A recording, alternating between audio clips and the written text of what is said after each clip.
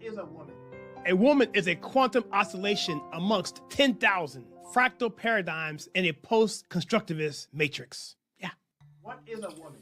Brother man, in the Nubian cosmos, a woman transcends amongst multifaceted kaleidoscopes amongst 10,000 ancestral vibrations. Yeah. What is a woman? Man, we all know what a woman is. A woman is a... What is a woman? A woman is an adult female with almost always 2 X chromosomes. Brother man, you a sellout. I'm a straight Democrat, but I'm for the best person. Oh, yes, but sir. now why you got Donald Trump? Because I paid attention in school when I was a kid. I know the true history of both the Republican and Democratic Party. I know that they really didn't switch. Duh. During the Nixon Southern strategy, that one became more clever than the other in dealing with black people. We the Democrats, we were the Republicans' friends. We was their friends, but we were the Democrat niggas. Her head explodes. How many refugees has Poland taken? 0. And you're proud of that?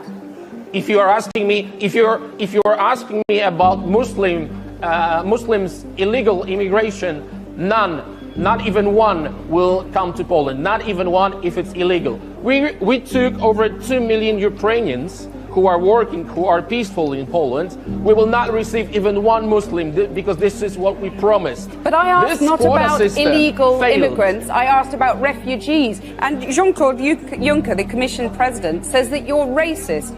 You sound proud of the fact that you haven't taken any refugees. But this is why Poland is so safe. This is the reason why we had not even one terrorist attack.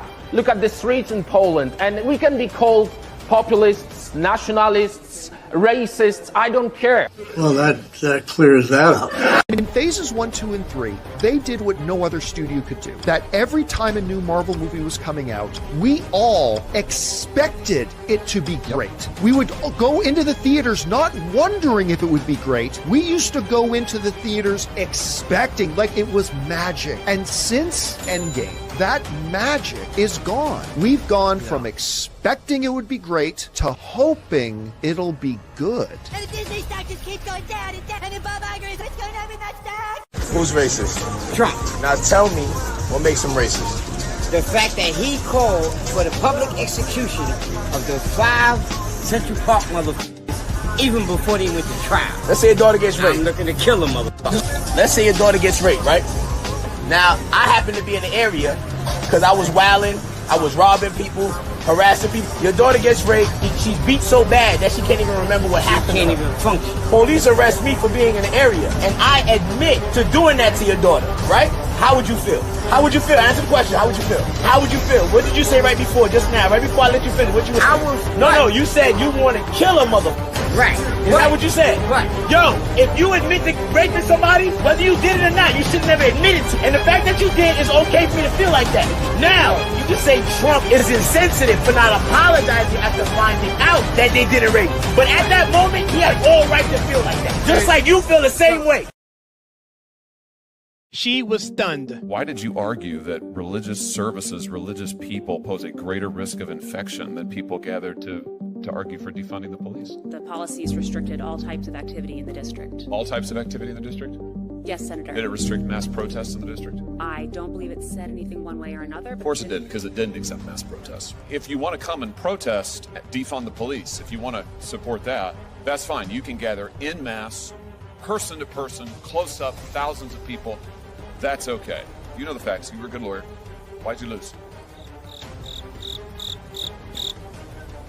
Senator. Oh, come on, Judge. Don't make me do this. Mayor Bowser was going to mass protests herself personally with thousands of people. At the same time she was doing that, she was prohibiting churches from gathering socially distanced outside wearing masks. Rules for thee, but not for me. Well, I think it's time we ask ourselves if we still know the freedoms that were intended for us by the Founding Fathers. Not too long ago, 2 friends of mine were talking to a Cuban refugee, a businessman who had escaped from Castro. And in the midst of his story, one of my friends turned to the other and said, "We don't know how lucky we are." And the Cuban stopped and said, "How lucky you are. I had some place to escape to. In that sentence, he told us the entire story. If we lose freedom here, there's no place to escape to. This is the last stand on earth. This is what Reagan later meant by "we are a shining city on a hill."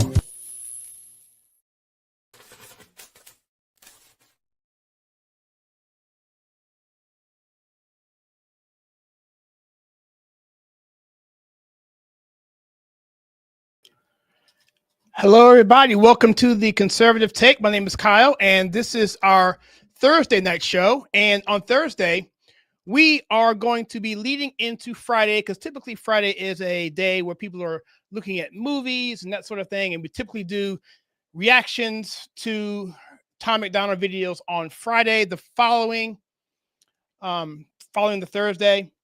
So we're going to make Thursdays, for the most part, we feel maybe a lead into pop culture, because pop culture is something that this channel was actually 100% founded on being.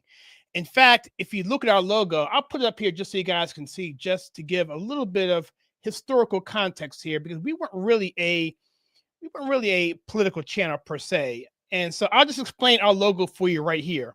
The Conservative Take, and what it all means. So I'm from Maryland, so the colors are the University of Maryland. That's where I'm from, state colors of Maryland. That's number one. Number two, we use the clipperboard or clapperboard, which you do for movie directions. I've been a producer on a short film starring a cast member of Good Times. I may explain that to you at one point in time. It was a fun little project that we worked on.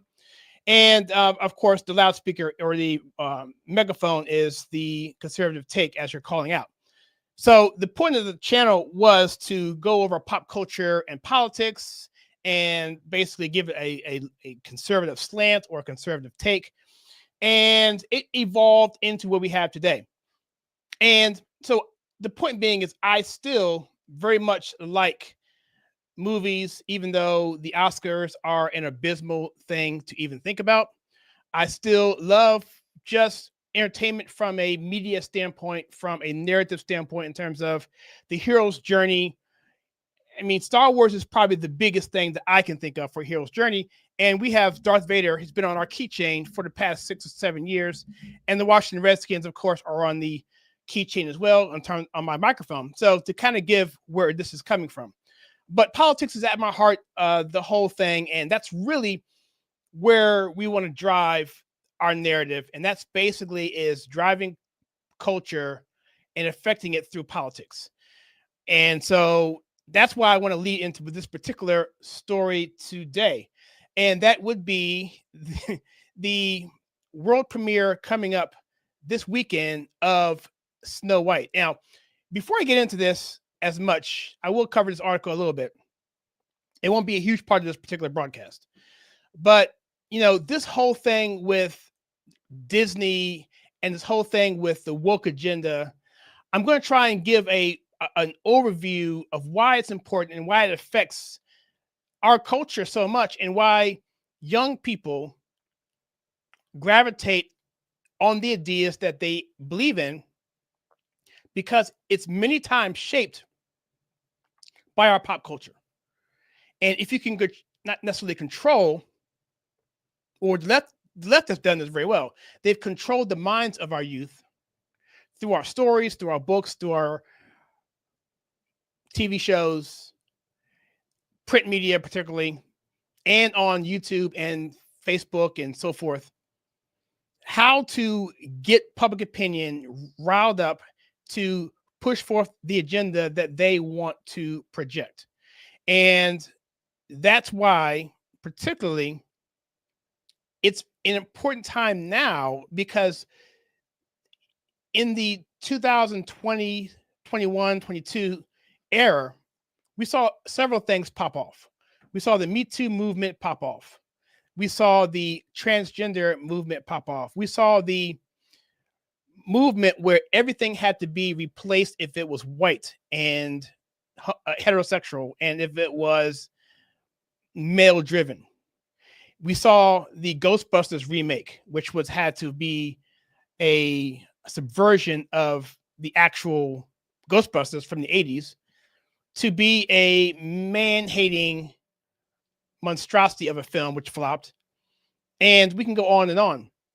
And we saw the advent of the Disney-led Star Wars, which circumvented and subverted the ideas of a Luke Skywalker, who was a young white man, not that it's a big deal, but he was, and Mark Hamill, the actor, coming up from nothing and finding out that there's something bigger than himself and catapulting himself into a massive adventure where he teams up with a rebel smuggler, a huge, hairy warrior, and saving a princess, all along learning a mysterious force to become a knight and save a princess. That was the narrative. That's the hero's journey of Star Wars. And then Disney just totally ruined the whole thing, alienated all their fans. And what you end up seeing was a company, which is Disney, totally go down the toilet. Now, we have tons of videos on this channel that I can point you to, but the path, the downward path of Disney is something of epic proportion. And we heard the phrase along this 2020, 2021, 2022 era, get woke, go broke, or go woke, go woke, go woke, go broke. Essentially, the premise is if you decide to base your company or anything for that matter, I mean, where you're going to alienate 80% of your fan base or of the potential fan base, how about that? And champion the 20%, then you are going to go broke. And later on in this broadcast, we're going to talk about, in our last segment, are the Democrats going extinct? Actually, that's going to be the first segment after this. So we're going to segue into that. Are the Democrats extinct? We're going to talk about the Whig Party. If you haven't heard of them, they were a powerful party in the 1850s. And what happened to them? And is there a parallel between the Whig Party and the current Democrat Party? Many think there is, and I think there is. And I've been saying it for about probably for about 8 months now, maybe longer. And we'll talk about that. And then on our last segment, we'll talk about the government shutdown and how the Democrats walked into a serious trap here and how Trump just seems to have their number. So that being said, guys, we're going to get into this article, and I want to see if I have any people on here who want to chat. All right. So yeah, if you want to comment on here, by all means, do so. And I will put your comment on the screen, and I will respond to them when I have a break or a chance to do so. And I like to keep this particular format fairly loose. I do have talking points and key points. I have a clipboard full of information, stuff that we can talk about, and some clips we can go through as well. And I will do that if need be. But a lot of times I'll just kick back. I'll be drinking in this case, what do I have here? Looks like I have a ginger tea here, Chinese tea. And be doing that and talking to you, kicking it back and answering your questions and responding as best I can. I do have about 30 years of political experience. I don't want to go into my resume, but in terms of just things I've been doing in my life, I've been around quite a bit, pretty removed from the Republican Party right now. And because of what I've seen with them for the past 4 or 5 years, but for the most part, I do vote Republican, and I definitely vote the MAGA agenda. And I never probably ever see myself ever voting for a Democrat, especially these days. But that's where I'm coming from. So I don't want to blindside anybody. That's where we're coming from with this particular program. All right. So we have Mark. Mark says, keep up the good work, brother. Thank you so much. I appreciate that. And we have American Eagle Digital Brigade on X and True Social posting your vids, my guy. I appreciate that. In fact, we're going to be putting a lot more videos out on Rumble that we have. We have hundreds of videos. And so we've been really blessed with the success of this channel. I think YouTube right now, we're about 212,000 subscribers. We have about 183 million views total over the past few years. And since I'm doing that now, before I get into this article, I'm going to do a quick plug. Okay, do a quick plug here. If you go out to locals, and if you go to locals, I'm looking at it right now, or if you go to Rumble and go up to our website there or Rumble, and there you will see a link for a join. Click on that, and we are asking people, especially people who have been members of the channel for a while, to come on and let me see if I can share it here for you guys so you can see it. Let me share my screen here just so you can see what I'm talking about. I got two monitors here.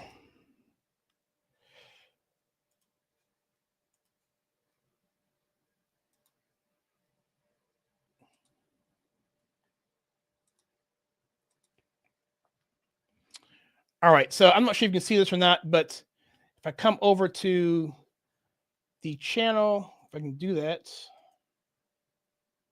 right here, to the upper right-hand corner, you see that join button right there. If you click on that, that will take you to our section where we ask people to help us support our channel. We used to be membership only on YouTube, but that has since gone away. We're now focusing all of our attention to locals, where we have articles, videos, live streams, content such as that. We're going to be doing a whole series on the biblical citizenship for modern America through Patriot Academy and Wall Builders. We've done several of those, but we're going to do that again on locals and Rumble. And we're going to be presenting a 14-part series on the swamp based on a book by Larry Schweikart called Dragon Slayers, the Six Presidents and Their War with the Swamp. Working out a relationship with them. Hopefully we can get them officially on board. If not, we will do a different way, but we will cover that in about 14 parts, and that will be exclusively behind our paywall here, so you guys can know that. So enough of the commercials. Thank you, American Eagle Digital Brigade, and thank you, Mark. And let's go on. I will get to Will and the other comments here in a second. So here we go. So if you guys aren't sure what's been going on here, but essentially we have a Disney company through, well, Walt Disney being the founder. He founded the company, I want to say in the 20s, but the guy was a pioneer in his animation, and I'm hearing some things about him on a personal level. I won't get into that. I recognize that does exist in terms of claims against him, but nevertheless, I grew up under a Walt Disney world, literally, where in the 70s and 80s, Disney was it. I mean, that was what we watched. And for better or for worse, that shaped much of my childhood. And we saw films in the 90s, such as, well, Beauty and the Beast was one. Prior to that, The Little Mermaid, which had come out of a decline that they had before. The Great Mouse Detective, prior to that, helped get Disney out of a slump. And from The Great Mouse Detective through The Little Mermaid, through Beauty and the Beast, through Aladdin, this particular company just went crazy in the animation department. Going back to the older days of Snow White, which was their initial animation film, a brilliant film, which to me still holds up. The animation is all hand-drawn. It's beautifully done. The entire company was founded on this for the most part. And that is what Disney was. But now, all of a sudden, getting into the woke era, as I mentioned before, Disney, for whatever reason, decided to cater to the 20% crowd and basically tank their company. I've shown on this channel pretty much many times on various movie reviews and live streams the decline of Disney and how much money they've lost over the last 3 to 4 years. Millions and millions and millions of dollars, and flop after flop after flop. They hadn't had a single victory or win. I think Deadpool, 2 was technically theirs only because they licensed it. But prior to that, they didn't have really many victories. Flop after flop. And partially it's because people were tired of seeing their, number one, their heroes and heroines, in this case, Snow White, be taken off of their original premise, replaced with someone who didn't look like them or act like them or have their same values. To me, it's not even about necessarily the color of the person. That just became a symptom or an indicator of what the show was going to be about. let's take Little Mermaid, for example. They did a live action remake, which is what they've been doing. And this is another one, a live action remake, where they take a old legacy film that is cherished, beloved, and beholden by 3 to 4 generations. And take that, and then they change the principles of it. They add in some checkbox categories for various people's various DEI groups. And then, here's the worst part. They take the values of that particular movie that made it so good, and then they change it to something 100% differently. And that's what they're doing here with Snow White, is they're making Snow White less of a heroine. We have Prince Charming, the guy comes in, he saves her, into a heroine who doesn't need a man, who goes off, and I haven't seen the film yet, but it's not being received very well. And that's kind of what this article is all about. Disney scales back their world premiere on this because they feel it's going to absolutely fail. So here we have this is Gateway Pundit, by the way, reported in February, actress Rachel Zegler, who is another issue here, who is a person who has basically insulted many of the fans of Disney and men in general, because she made the claim essentially that the story is antiquated, which I would sort of agree. But I think what happens is, instead of making a good story that's modern in today's term, they take it and then they literally make it something 100% opposite, not updating it. They go too far in the other direction. I'm going to ad lib here a little bit, but if you guys saw the film Wonder Woman, it came out in, I think, 2019-ish, somewhere in there. It was a film with Gal Gadot, which she's also in this particular movie, about a woman, an Amazon woman, a superhero, who essentially comes to the male world, or the modern world where we live, to save us from something. And the point of that particular film is that her interest was a man who she actually fell in love with. I think it's Steve Rogers. No, that's Steve Rogers. That's Captain America. I can't remember the guy's name. But what they did was they took a totally feminine character, made her strong. She kicked butt. She did all that, but she still had that feminine side, and she still didn't kick men to the curb. She still understood that, and she still felt balance in there, and we all cheered her on for that. Now, I didn't see the second part. I think they went a different direction, but that's how this film could have gone. And I don't know how it is right now, but I'm assuming it's going to be a dumpster fire. So as the movie is set to open in a matter of days, actually, I believe tomorrow, various entertainment news outlets are reporting that let me move my thing here so I can see it myself on the screen. Okay, cool.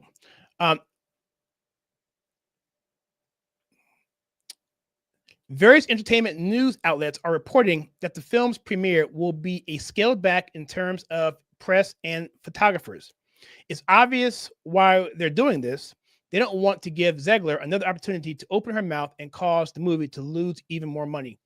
See if I can find that clip that she said. It was actually very, very interesting. Let me see if I can get this here.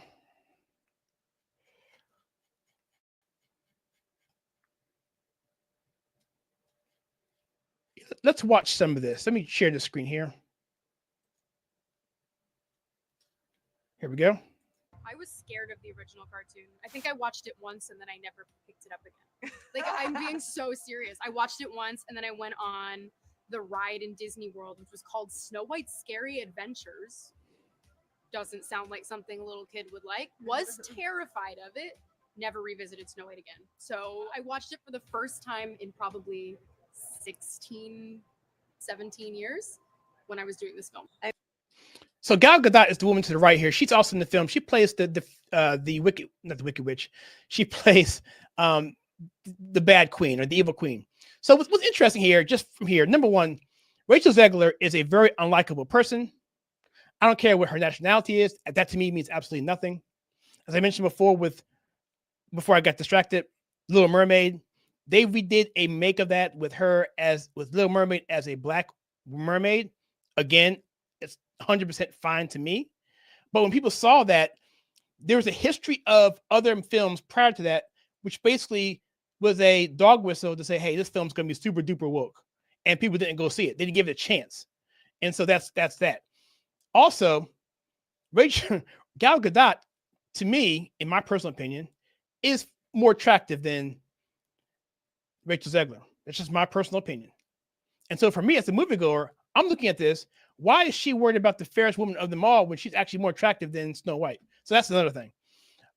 But from a more just pragmatic standpoint, you have this woman here, Rachel Zegler, who is your flagship character, essentially trashing the franchise on this particular movie junket. She admits that she doesn't like Snow White growing up. Says she only watched it once before getting the role. She said it was sad to me. This is very dark from Twitter. So it's out of millions of women who love the character, who care about the story, yet this is who we get. Let's take a look at this particular TikTok video as well.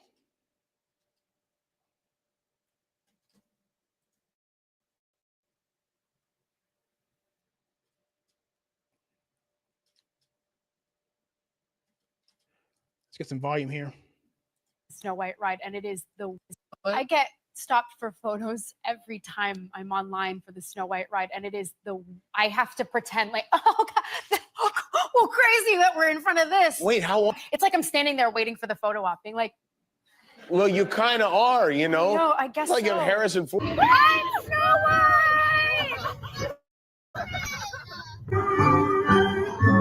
Is that your favorite ride? I mean, that's a weird thing that you are Snow White now. I mean, it's one of the original. I'm a really big Disney fan. I grew up at the Disney parks. My parents took me every summer. Oh, you did? Yeah, so Okay. it's like it's a part of my upbringing. It's my favorite thing. So it's just one of those things. Yeah, that comes with the well, then territory. if you love it, don't let them scare you. I was scared of the original cartoon. I think I watched it once and then I never picked it up again. Like I'm being so serious. In a dress of an iconic Disney princess, I deserve to be paid for every hour that it is streamed online. I was scared of the original cartoon. I think I watched it once and then I never picked it up again. Like I'm being so serious. I watched it once and then I went on the ride in Disney World, which was called Snow White. Where I saw that.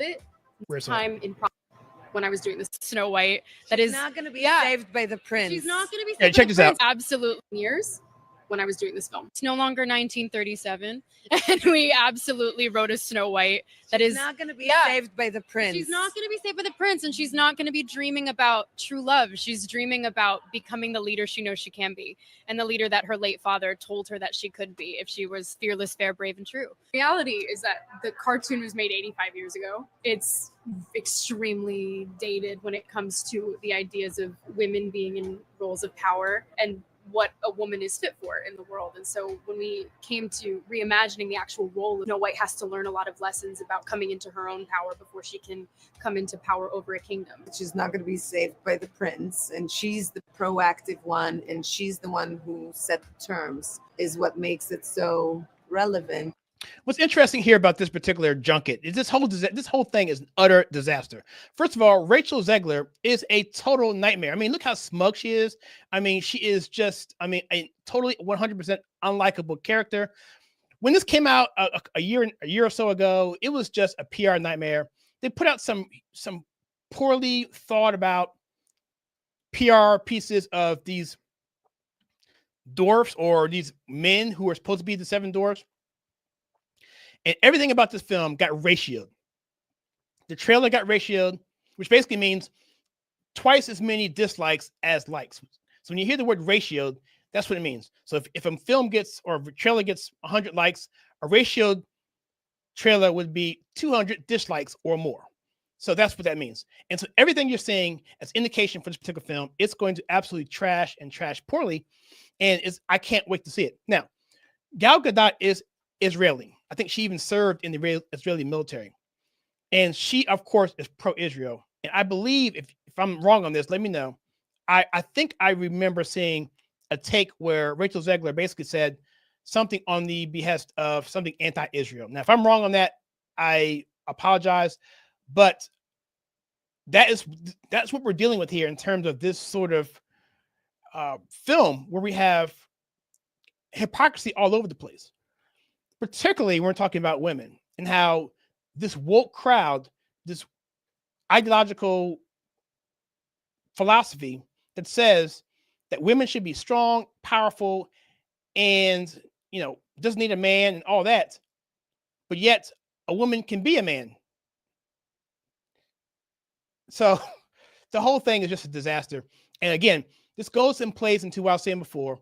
It's how that the left loves to essentially take the 80%, kick it to the curb, and they want to essentially embrace the 20%, which is essentially what the Whig Party did in the 1860s and prior to. And so let me look at some comments here and see if I see anything here relating to this.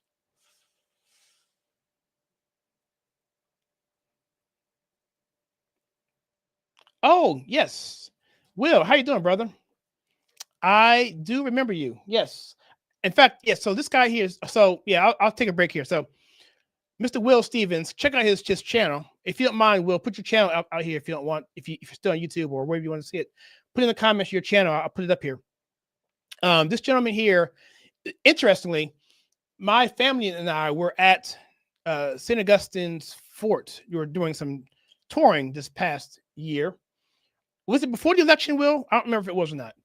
But anyway, I was wearing my Trump gear, of course, and I saw this gentleman. I think he called me out, and we talked for a little bit, and we just started talking about he has a channel on YouTube. I have a channel here as well, and I got a chance to take a look at it, and I didn't get a chance to follow up. I told him to send me an email or whatever. We'll reconnect. So I'm assuming this is what we're doing right here. So we had a good conversation, a true patriot guy, and had a really good discussion. And I'm looking forward to getting up with you. In fact, if you want to get back on the show, come on, maybe as a co-host on here, and we'll do a show together. We'll just talk, shoot the bull if you like. I'd be happy to do that, and of course promote your channel. So your channel, you said, is called Thriller Willer. It's a channel name. Give him a shout out if you can. I'm glad you mentioned that, Will. I totally forgot that happened, but that was a cool day. If you're ever in Florida, particularly South Florida, Augustine, that's in Augustine. That's in St. Augustine. Yes, there's a good fort there. It's really, really cool. So, nevertheless, thank you for that. And you're right, gas prices are coming down. And let me ask you this question here. Are there any confirmation of these DOGE checks rumors that have been circulating? Now, I know, no, I don't have any confirmation on that. However, we did put out an article, and I'm gonna put it out here if I can put it up for you guys. And it's a proposal that I put in place. Not that it matters, but I do think it will. Okay, I got it right here. So this is on our locals. So if you go out here, you'll see this. This is free behind our paywall. I lost it. I totally lost it. Okay, I gotta share it first. How about that? So let's share the screen. All right.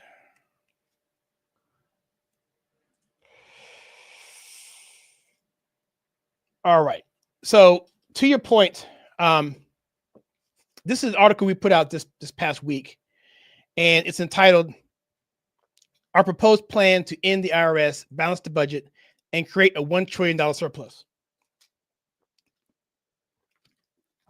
So in here, this is basically all things that have been put out by the administration, minus the fair tax, because there's been rumors that the fair tax is going to be implemented if we're going to get rid of the IRS. I have heard something that Trump is trying to get rid of the tax liability for anyone who makes under $150,000 a year. And so that's part of it. But this getting to what you're saying about the DOGE piece, you're talking about 20% dividend on any savings that DOGE comes up with. And so right here, we have part two of this was eliminating $2 trillion worth of debt was one. Manufacturing tariffs, reciprocal trade policy, which takes in effect April 2nd. And here we have point 4, the offset strategy, a 20% DOGE savings rebate to taxpayers. And this is our proposal to the administration. We don't have a lot of ties to the administration, but we're hoping this can be circulated. I think this would be good because at the end of the day, I'll show you a chart at the end. $1 trillion surplus within 10 years. So check this out here. So to counter the tariff-related inflation, which I saw something where MSNBC put a poll out saying that 56% of Americans, or people who were polled, mind you, is MSNBC, are dissatisfied with Trump's handling of the economy. I don't doubt the numbers. I just doubt who was sampled and what the margin of error is, and the other particulars of the poll, right? The crosstabs. I'm curious about that.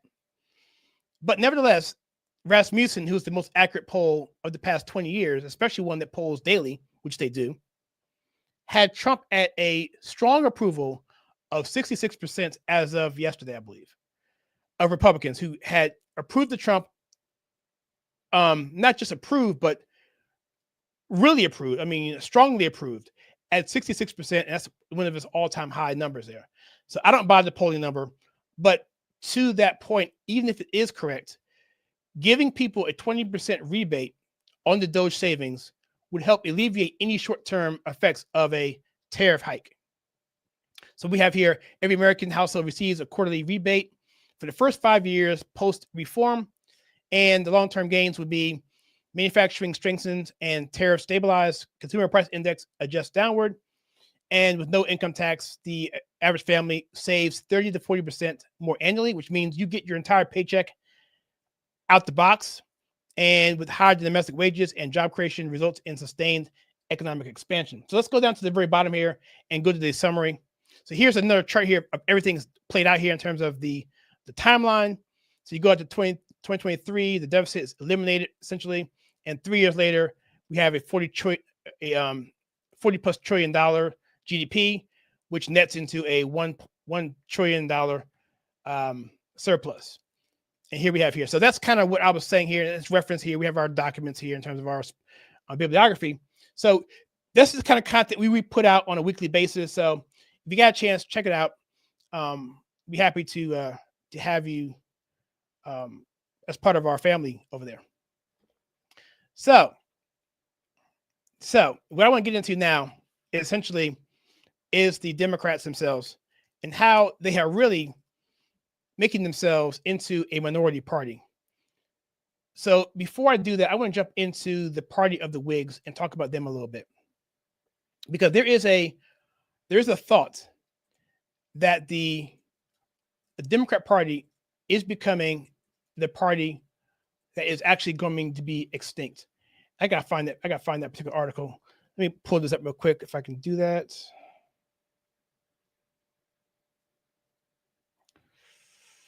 I lost my article.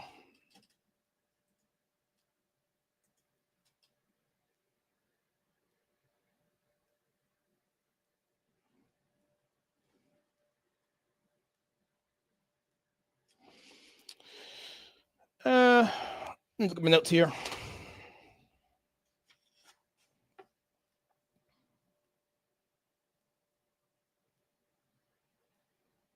Oh yeah, it's the Doom Loop article. Let me pull that up.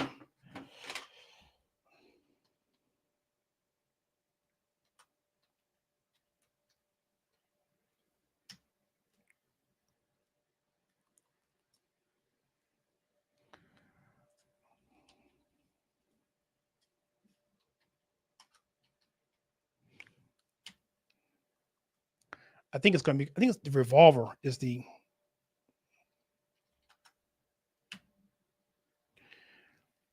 Can't find the article. I'll probably take a quick break at some point in time and find that article because it is really good. 80-20. Oh, here it is. I found it. It's Revolver News. Okay, let's pull this up and we'll go over this real quickly. I closed it out by mistake. All right, so here we have Revolver Magazine. This is Dems are caught in an 80-20 loop and it's killing them. And like I was saying before, just like Snow White, just like the fact that they are catering to a 20% crowd that believes that men can be women and vice versa. They believe that open borders is totally okay, that crime is criminals are victims and we have to accommodate them. Just like, it's more important to have plastic straws than lower energy costs. Those are issues that people just don't want to hear. Issues that deal with fairness, safety, common sense, and the like are the issues that the Republican Party now owns. So all of the issues that the Republican Party, well, put it this way, every issue that Americans right now actually care about, the Republican Party is running those particular issues anywhere from 60-40 to as well as 80-20 in terms of favorability. And that is a situation where the Democrats cannot sustain that.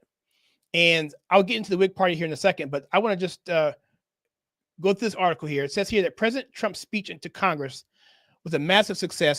She's talking about the joint session of Congress speech.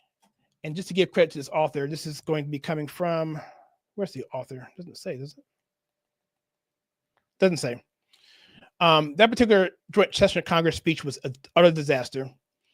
And President Trump, during this particular speech, celebrated a major political victory with this speech, and Democrats took yet another devastating hit. The situation is getting dire, and more people are starting to notice what's being called the 80-20 problem. And I've talked about this literally for several years now. I'm glad to see the mainstream media get it. Even Brit Hume, a well-known Trump critic, couldn't deny the reality. He summed up President Trump's night perfectly. I won't read that. We had that clip here as well before. But essentially, we look at these particular crosstabs of the polling that came out. It's absolutely incredible. So how the speech made people feel: 80% hopeful, 54% proud, 27% worried, 16% angry. But the first is 68% hopeful, and the second one is 54% proud. Now, I'm sure there's some crossover here, but that's a huge majority of that speech of people who watch that. And this is CBS, YouGov. This is not a liberal, this is not a conservative bastion. This is a liberal poll. Then you have here, in this particular speech, Trump was among speech watchers: presidential, 74%, entertaining, 74%, inspiring, 71%, unifying, 62%, and divisive, 46%.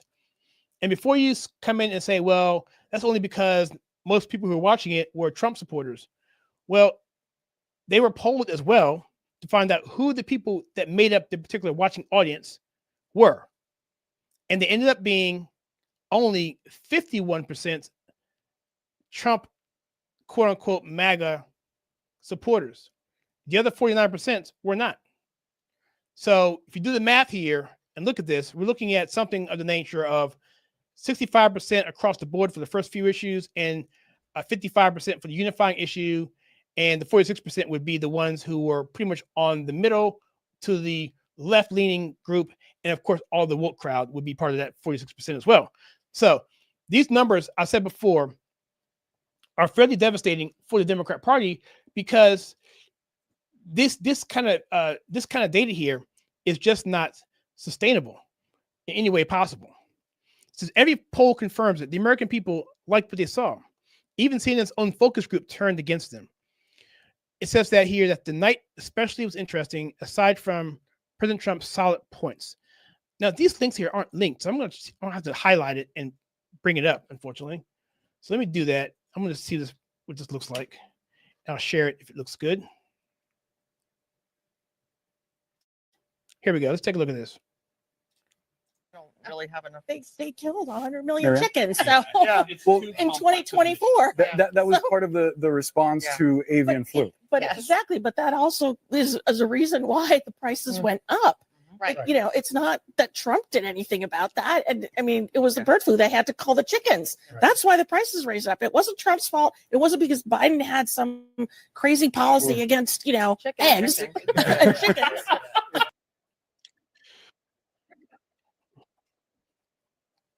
All right, so that wasn't a really good clip. So But anyway, so that's what's going on here. So it says here, what made the night especially interesting is, aside from President Trump's solid points, heartwarming moments, epic takedowns of the Dems, and perfectly timed humor, was the Democrat reaction. We saw the gentleman who was 13 years old, who was not clapped for, supported by the Democrats. He had cancer, survivor, and he just received an honorary Secret Service membership after receiving others around the country of various police organizations. Nothing there. Nothing for women who had or parents who lost their children because of legal aliens coming in and killing them and doing worse, raping and killing to them.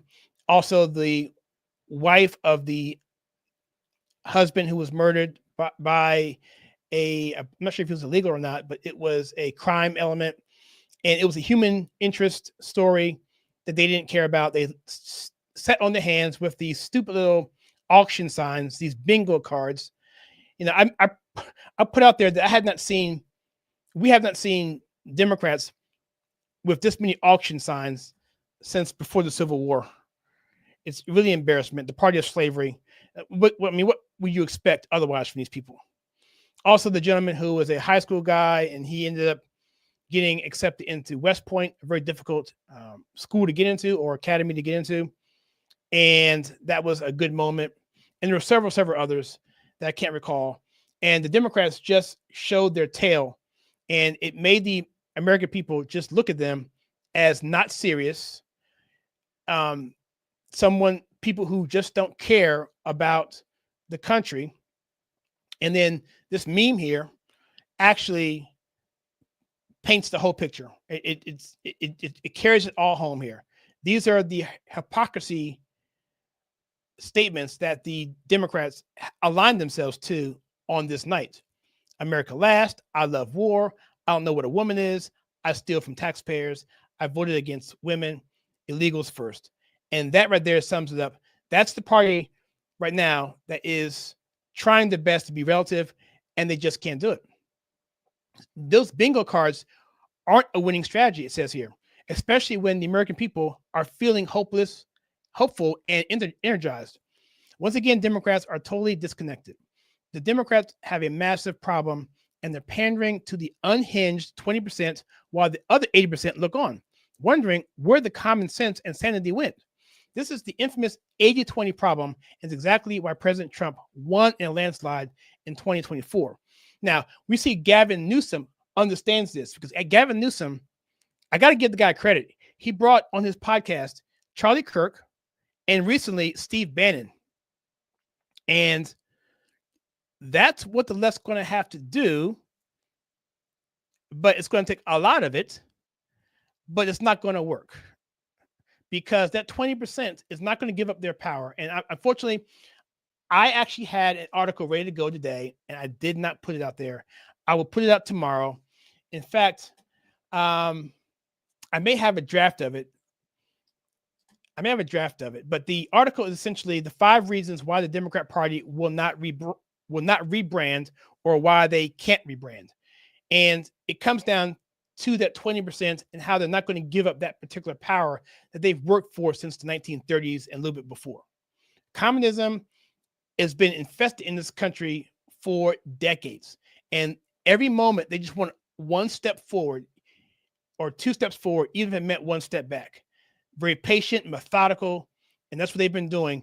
And when Joe Biden came around, when COVID came around, when George Floyd situation came around, it's a perfect storm for them to jump in of a president that they wanted to get out of there, who was probably going to win a re-election. We won't talk about that here on YouTube. He was probably going to win that. Seized the opportunity, took over government, and because Biden was incompetent, he didn't have, cognitive skills. He was run.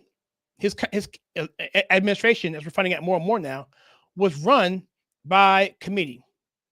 And now we're finding out that he was signing things digitally. So there's some legality there as well that Trump is looking into. I just saw that on the news here.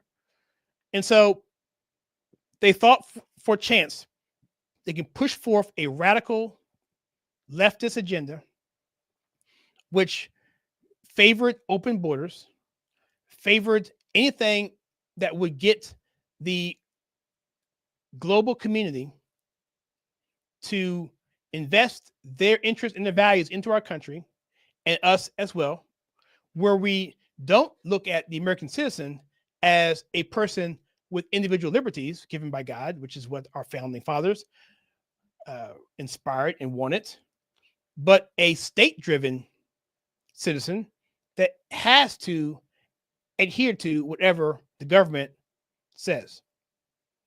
Just shut up, rent your apartment, watch your TV, spend your money, do as you're told, and that's it.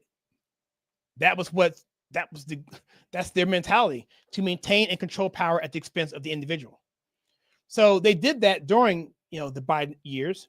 And here's the best part about this is our founding fathers, who I love having these I have these little things here. They're little this is George Washington here. They're just paperweights or whatever they are. They here inspire me. John Adams is here as well. I got Lincoln over here. I got a bunch of cool stuff here that keeps me inspired. I think I got Thomas Paine over here, I think, as well. And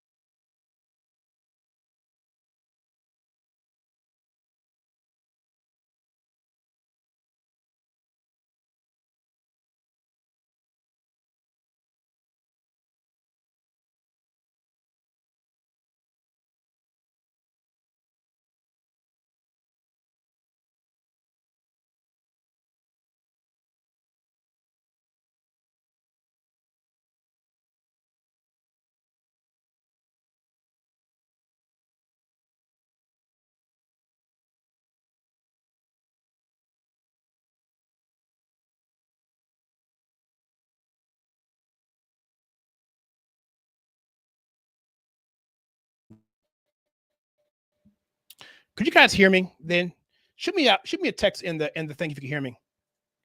9:57. Okay. All right. So, hey, Will, so what happened when my microphone got disconnected and I realized I wasn't looking at my monitor to see? Could you hear anything at all? Did you hear anything about what was going on about the founding fathers? Hey, Colleen, how are you doing?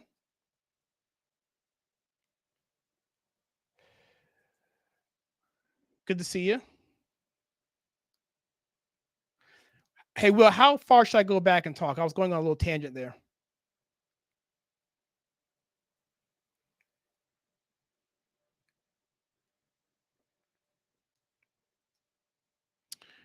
All right. Well, I'm not sure how much was missed there. So I'm going to try and repeat myself a little bit here, only because what I said, I wanted to be on record. So what I'm going to do, and what I'm going to do is, here's what I'm going to do. I'm going to go into a segue into the Whig Party. And I want to talk about them a little bit because the next part of this particular show is going to be dealing with the Democrats and if they are actually on the way of becoming this particular party, which is the Whig Party. And let me pull this up here on the screen here. So the Whig Party, if you guys don't know,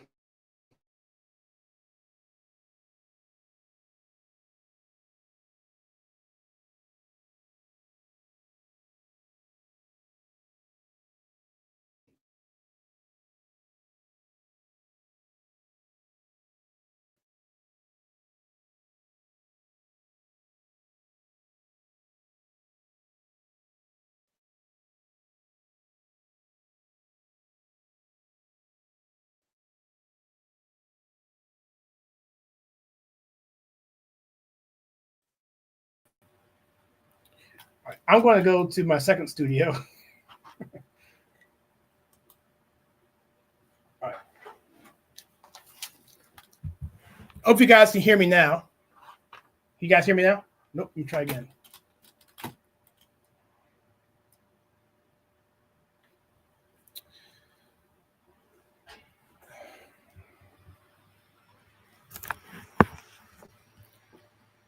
All right, looks like my audio's messed up here. I'm going to try this a different way. Let me try it one more time with this. Hopefully this will be enough.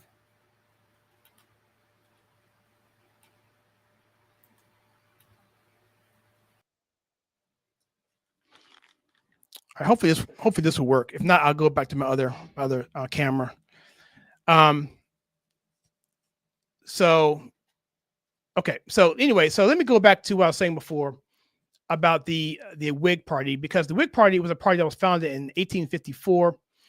And this particular party was a party that was for the most part, they were a part of they leaned more to the Federalist Party, but they were a party that was the contemporaries of the Democrat Republican Party. And I'm going to pull up this particular Wikipedia and share with you on this, because this is something that is really astounding, because the Whig Party was actually a party that was about 20 years old, and they ended up losing the party within that time period after having 4 presidents be elected underneath their party. They were preceded by the Federalist Party, the National Republican Party, the Anti-Mason Party, the Nullifier Party, and they pretty much were broken up because of the issue of slavery. So the Whig Party essentially didn't take a position on slavery. They were more neutral. But the Democrats had a partnership with them going back to Martin Van Buren. And whereas he wanted to make sure that the Democrat Party, which he actually created after being the vice president for Andrew Jackson, he wanted to create a party that would be in control and stay in control because of political favors for the most part. And in doing so, they ended up creating a swamp system, a favoritism system, a system where you scratch my back, I scratch your back. you help my campaign, I help your campaign. And that was something that grew and grew and grew. And part of that deal was the Whig Party would be a party that would not push back on the Democrats and the issue of slavery. And that ended up creating a slave swamp later on. And so when Lincoln came in and the American public just got tired of the issue of slavery and the issue of uprisings that were happening, the issues of new territories coming into the Union who did not have the ability to determine if they were free or slave, or going back on issues of whether or not, if you are a slave, do you have rights, hence the Dred Scott case. And then you have situations of political narratives like Uncle Tom's Cabin that just turn people's stomachs on slavery. And then, of course, you had the uprisings like Nat Turner and John Brown and all of that. And so the people's stomach for slavery was just at an end. And that broke off, and the Whig Party had nowhere else to go because they were on the wrong side of the issue. And so the people who were anti-slavery for the Whig Party went into the Democrat Party. The people who were pro-slavery for the Whig Party went into the Democrat Party. And then that basically meant that the Whig Party fell apart. And that is what we're getting into right now. And with the issues that the Democrats are aligned with now, these 80-20 issues, these issues that are apolitical, like, is the sky blue, or do I want clean air, or do I want safe schools, or do I want to see fairness in sports? These are issues that don't fall left or right onto a horizontal line in terms of ideology. These are vertical alignments that deal with common sense, fairness, and safety, and the like. And that's why the Democrats are imploding. And the article we come up with tomorrow will explain why we feel that the Democrats will not be able to get out of this. They're stuck in this 80-20 doom loop. And that brings me into this particular shutdown that's happening right now with Chuck Schumer, and why these guys are in serious trouble on this angle as well. So if you don't understand what's going on with this is a continual resolution, which is essentially a resolution or a bill that continues the government operation in lieu of there not being a budget. And this passed in the House a few days ago, and there was some pushback on that, but Trump was able to get it through. And here we are in the Senate. It passed the House, has to pass the Senate. But Chuck Schumer right now is trying to grandstand, or he was at some point, saying that he wasn't going to pass this, even though they pretty much passed this a few months ago. It's pretty much the same bill. And so all it basically is going to do is just continue on the government operations. And we talked about this in a previous show, how some conservatives were like, okay, we're with Representative Massey, who said that, this isn't a good bill and this isn't that. But we pushed back on that, I think, on last week, talking about that and why we felt that it would be a good thing to go forward, because the bigger picture is actually the fact that DOGE and what the government and what Trump is doing is part of all of that. And that for the government to shut down, potentially, the deep state can get in there and actually interrupt things and give them some wiggle room. And we just felt that probably wasn't a good position to take. Let me pull this article up here. I think I have it right here. Yeah, let me pull this up.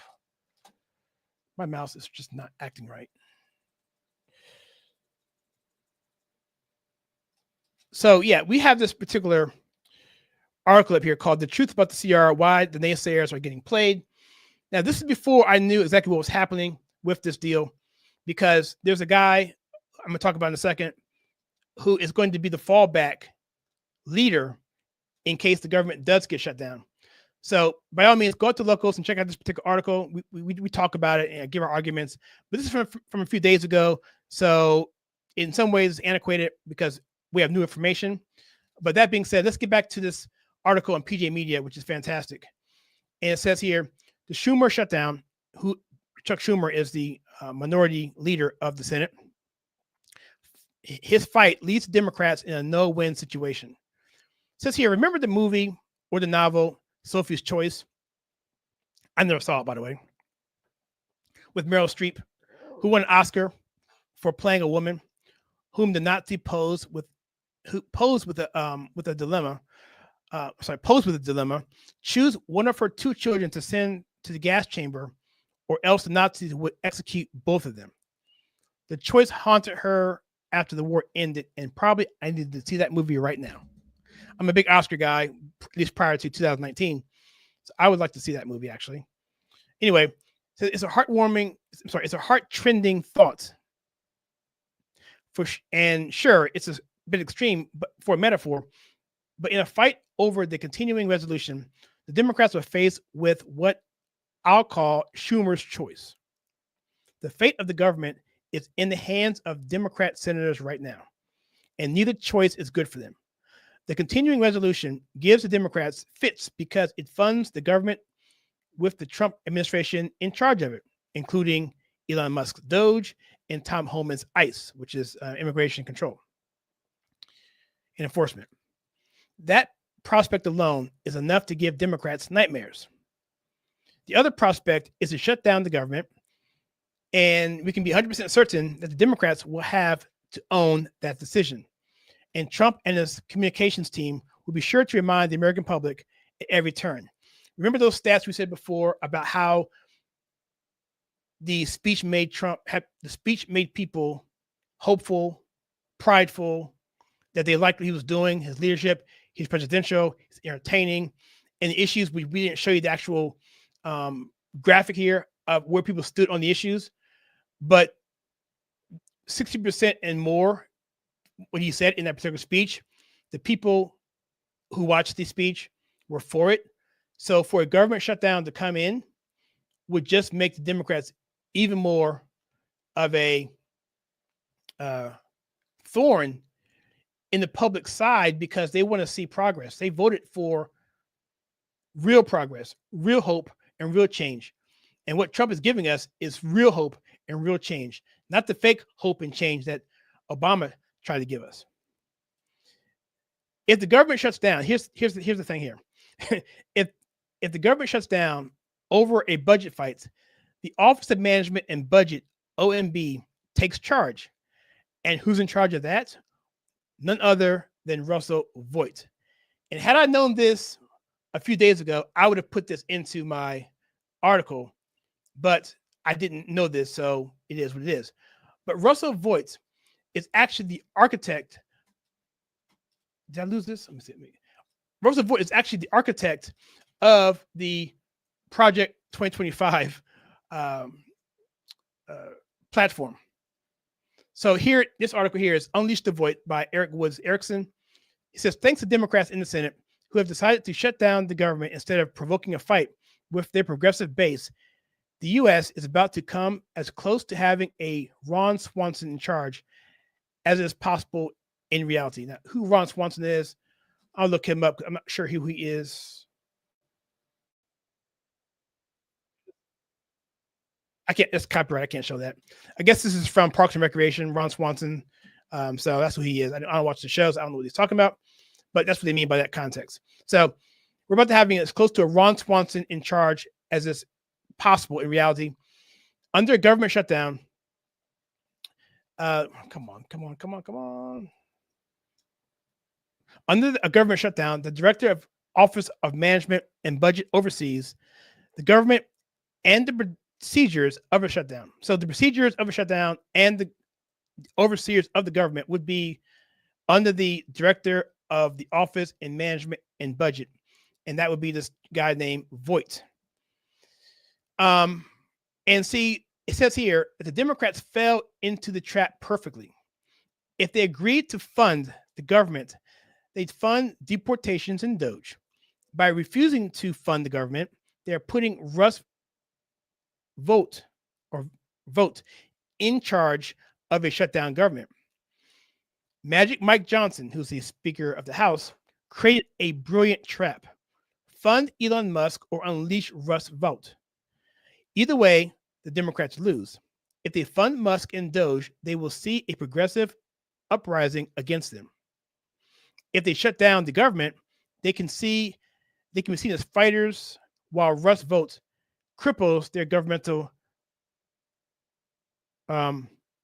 contingencies. Their voting base, put it that way. Right now, Chuck Schumer and the Democrats seem inclined to unleash rush votes on the government. A fully empowered director of the Office of Personnel and Management who will leave open the monuments the tourists see and shutter all the parts of government Democrats love. So essentially what he's saying is that as the government shuts down, this guy Vogt will just leave open the stuff that the people care about. So the average person, the average citizen who sees this stuff, the government, who isn't really involved in DC that much, they're not going to care as much. They're not going to see a big difference. And so the optics will be, if the monuments are open, the parks are open, things downtown, the tourist stuff, people fly into DC, which is where I'm from, and everything's still open, the museums and stuff, then who cares? And that's the thing they want. They want the Democrats, that is, they want Americans to feel pain. But what will end up happening is, if they manage that to the point where the average person doesn't see a difference, in the back of our minds, we're saying, okay, we've gone without a government for about 2 weeks, 3 weeks, and it's still running, and my life's still fine, and everything's going as it was prior to. Well, by all means, how about DOGE should cut a lot more? We don't need a government as big as it is, and that's what the Democrats don't want. So they don't want to give Trump a win, but they don't want to be seen as obstructionists, and moreover, they don't want to be seen as leaders of a government that can run fine without them. That's really the biggest thing, because Democrats love to grandstand and say, and look down their long noses at us and say, you need us. In fact, no. Yes, you need us because you can't think for yourself. You can't decide what kind of gas to put in your car. You can't decide what kind of straw to use for your latte or for your frappuccino. You can't decide, what kind of fertilizer to use on your grass, or what kind of oil or gas to put into your car. We'll do all that stuff for you because we know better than you do. And that's the whole thing about the individual liberties that the founding fathers acknowledged and wanted, because the British Crown was doing the exact opposite. I mean, they were literally barging into people's houses and taking over their homes, their livestock, and moving in.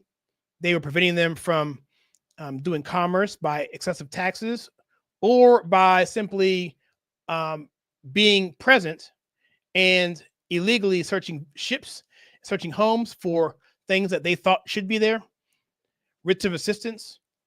And that basic violation of human rights is what got this whole thing started. It had less to do about taxes than it had to do about actual rights. And that's what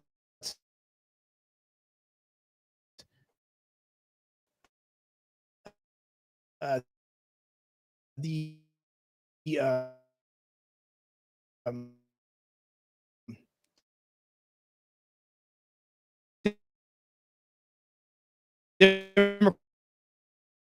Democrats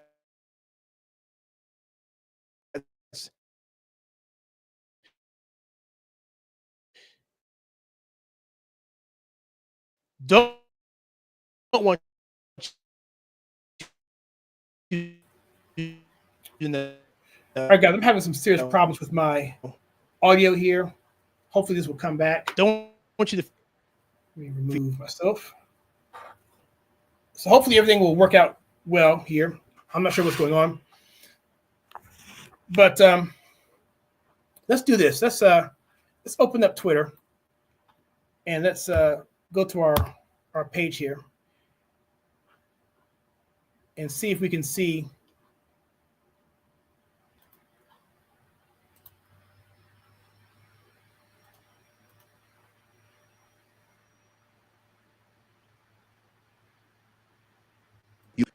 If we're going to eliminate the waste, fraud, and abuse in Medicare, it does mean we're going to cut some of that out. And when I hear my friend Dave Camp say, you cannot cut money out of Medicare, well, we don't want to cut the good stuff that you point out. 1/3 of Medicare doesn't go to patient care. You can't just get up there and say, we don't want to cut anything out of Medicare. We want to cut the bad stuff and keep the good stuff. If we're going...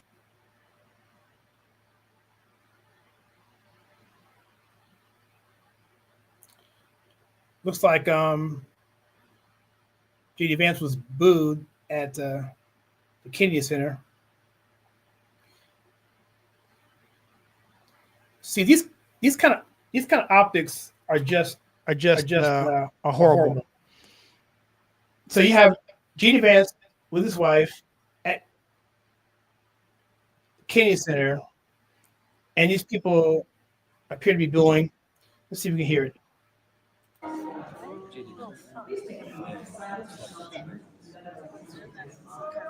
Kill that wife!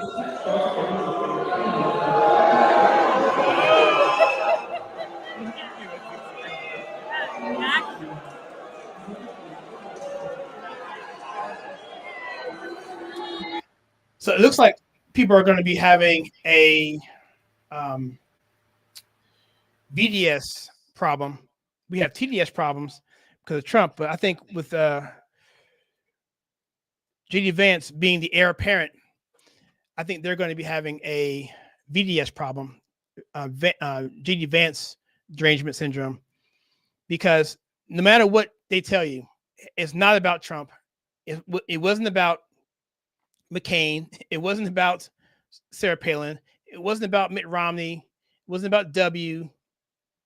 And they don't care. Now, the ones I mentioned before were pretty much all globalists, but they were still considered conservative, and they were still against their fundamental, sensibilities. And for the most part, back then, the Democrats were aligned much on the Republican Party, just different things. But they would call you a racist or a homophobe or anything, any drop of the dime, drop of the hat, because they simply cannot compete at the level of ideas. And so J.D. Vance coming to the Kennedy Center and being booed, and him being attacked with his family outside because of his stance on, I'm not sure what that particular issue was. They stopped him for something. Or it was about, I think it was about Ukraine, I think. They don't care. It's because they cannot compete until they have to shut you down. And it all comes down to, again, what I was saying before about individual liberties and all those sorts of things.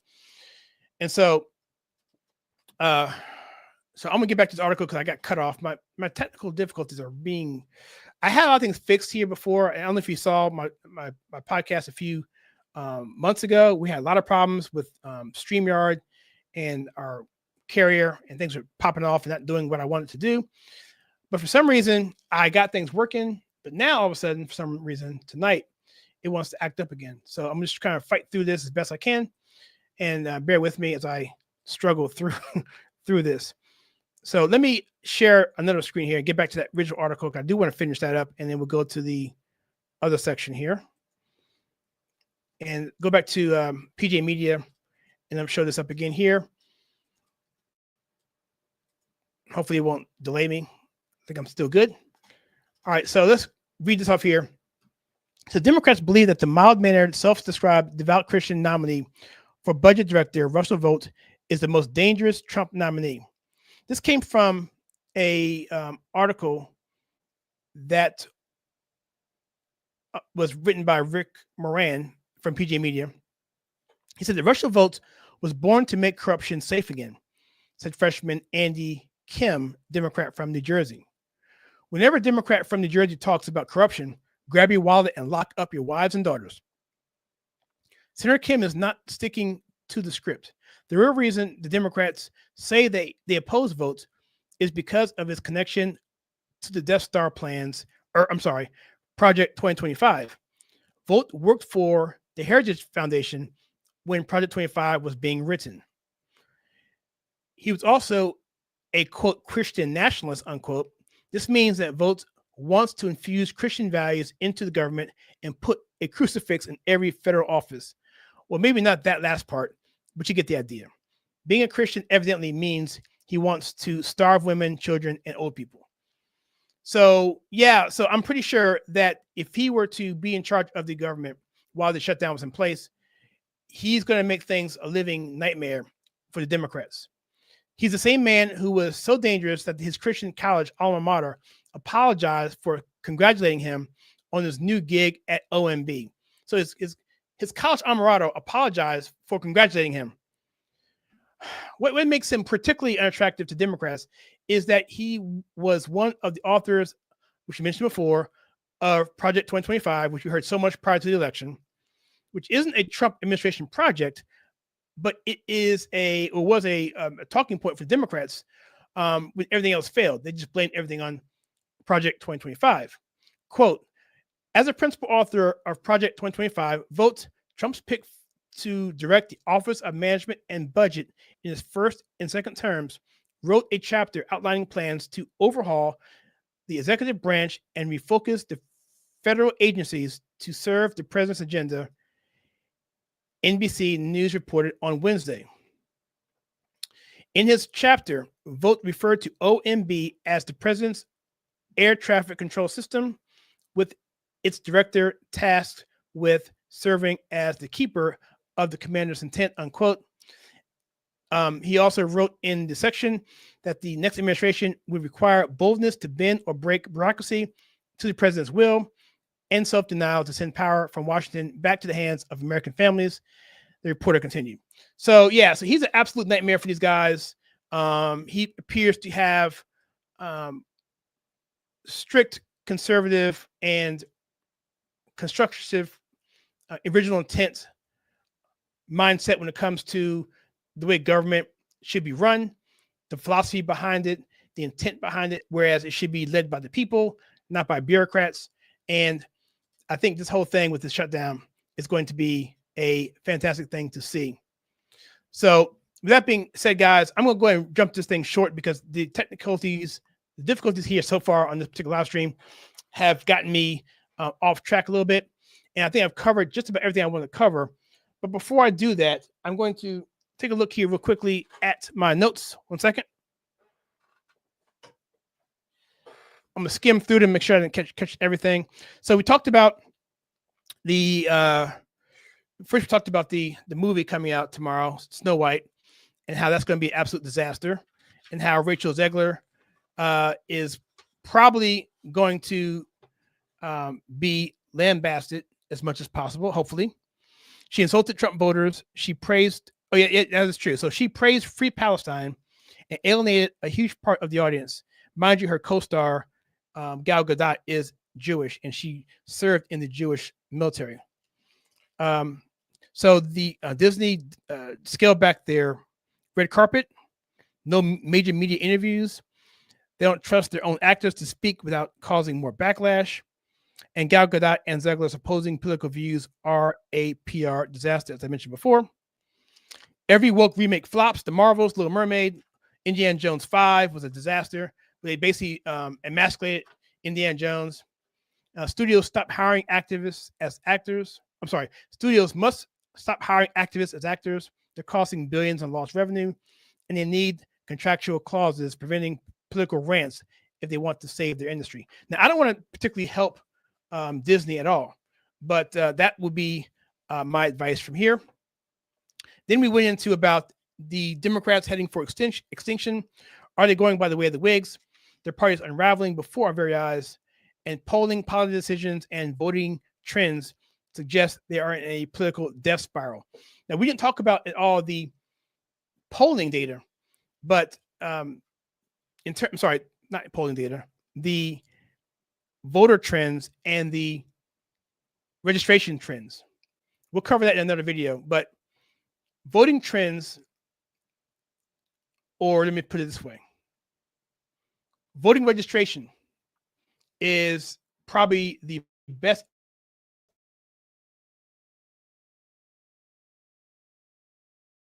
indicator.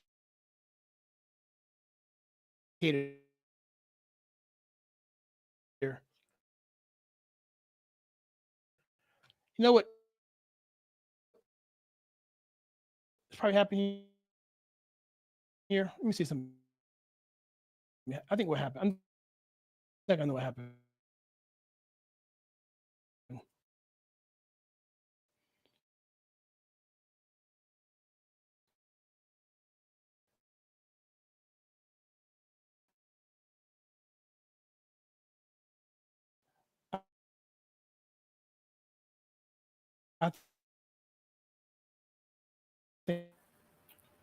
All right. I'm going to finish up here on this screen here. So, all right. So I'm going to end up here, guys. So, voting trends are, or the election in terms of who's going to win, the key indicator of that particular metric or indicator is going to be actual registered voters. Registered voters are the key. And we're seeing in states like Pennsylvania, which will probably in the next few months have more Republican registered voters than Democrats. That'll be the first time in forever. Also, we're seeing in Florida, we mentioned this before, Florida is also seeing a spike in registration after an already insanely red 2024 election. So Florida's getting redder. And one thing that Seth Kashal says, who has a podcast, he has articles he writes. He was talking about the fact that if Florida is going more conservative, then Michigan and Pennsylvania also go conservative. And as Florida becomes more and more red, so does Pennsylvania, and so does Michigan. And we're seeing these trends happening. And we also talked about New Hampshire as well, their voter registration. I believe at this point right now, it's actually more Republicans in New Hampshire are registered for Republicans than Democrats. And so what does it mean for the midterms? We don't know for sure. The congressional ballot, which basically says, regardless of race, who would you vote for, Democrat or Republican? And I think, I'm not sure Real Clear Politics says on that. I'm not going to pull it up. But if I did, I'm assuming it's going to be close to 51% Republican. So it's tight. But regardless of that polling data, the bigger indicator is voter registration. And if we're doing well in Florida and Pennsylvania and Michigan and Wisconsin, that's good indications. I'm sorry, not Wisconsin, New Hampshire, that's good indications there. There is a situation in Wisconsin that we're going to talk about, the Supreme Court race there. It was very, very important that we'll do a show on that next week. And but that's a big one there. But aside from that, I think we're in good shape. And the way the Democrats are running their party, it's going to be a Herculean effort for them to be able to crawl back out of it and figure out how they can centralize themselves and have a party that people actually agree with. I think when they do that, I think what's going to happen is they're going to actually have a split. And either the party's going to split down the middle, or it's going to fracture and another party's going to come in and try and recapture those particular voters. Either way, it's not going to go well. Worst case for us, in terms of Republicans, I'll leave it here, guys. Worst case for us is, let's say they are able to get a Gavin Newsom. Let's say his podcast is so popular, he dwarfs Joe Rogan. He's getting good conservative guests on. He's having good talking points on, and all these good things. And he runs for president. And he goes up against J.D. Vance. And instead of it being 80-20 issues or 70-30 issues or 60-40 issues, somehow Gavin Newsom is able to capture 50% of the issues because he's able to do all that, and magically in 2 years, 4 years, able to have issues that are 50-50 across the board. I still like our chances of winning, because at the end of the day, even if you're 50-50 on the issues, now you get into tactical measures. How do you do it in real life? and that's when they lose. Now Now they're losing because they're dumb and they do dumb things. But, they do things that don't make any sense, don't have any common sense, don't take into regard safety, anything like that. But we'll go back to the old way of doing things. We're talking about economics. We're talking about supply side economics. We're talking about overregulated, government-controlled Keynesian economics. And even then, we still come out on top. Granted, it's probably a closer election, but we still win because the better ideas are always going to win. So with that, guys, I'm going to end the live stream here. Thank you guys for coming out. Sorry for the difficulties again. I guess the number of people we have on hit that, and we will hopefully do better next time. But hopefully I made sense and you guys got something out of it. I want to thank Mark for coming on. Thank you for that. American Eagle Digital Brigade on X and True Social. Thank you for that. I think I'll follow you there as well. Thank you for posting our videos. Will Stevens, send me an email. Go to our About section on YouTube. Send me an email, and let's get up. And Red OX Jennings 17, thank you for your comment there as well. Sue Spate, thank you for that comment there as well. And Christopher Chamis, thank you as well. Let me put this comment. I didn't put it up before. I like this comment. You said, I'm just glad that Black people in America are waking up to the lies of the left.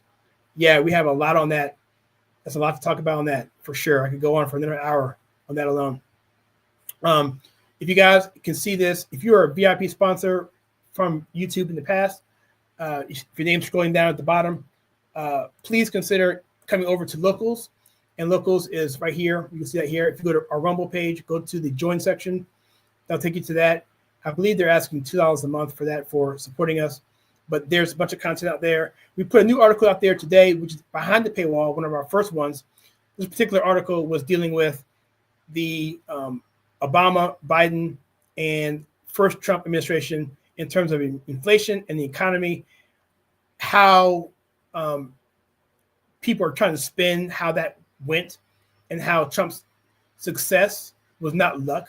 It was by design. It was essentially through the playbook of JFK, through Calvin Coolidge, and Reagan.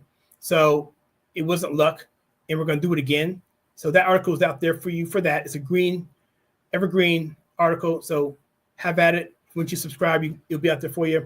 And we're going to be doing live streams, after shows on there as well, once we build up our audience.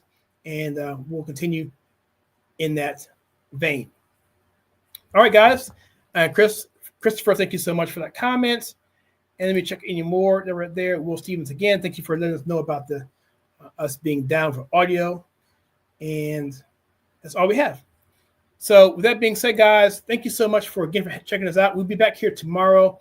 We're going to do a reaction tomorrow morning. I'm not sure what it's going to be about. We'll find something. I might actually go see Snow White. No, I won't go see it. I won't go see it for the simple fact of you already know not to go see it. I typically went to go see movies in the past because it's one of those kind of things. Should I go? Should I go? Should I not go? And I would go to tell you if you should go or not go. But I think we all know not to go to Snow White. So there's no need to do a movie review, and nor do I want to spend any money on Disney to do said movie review. So there is that. All right, guys. So with that being said, God bless. God bless United States of America. We'll see you tomorrow. And until then, be blessed. And I'll see you in the next one.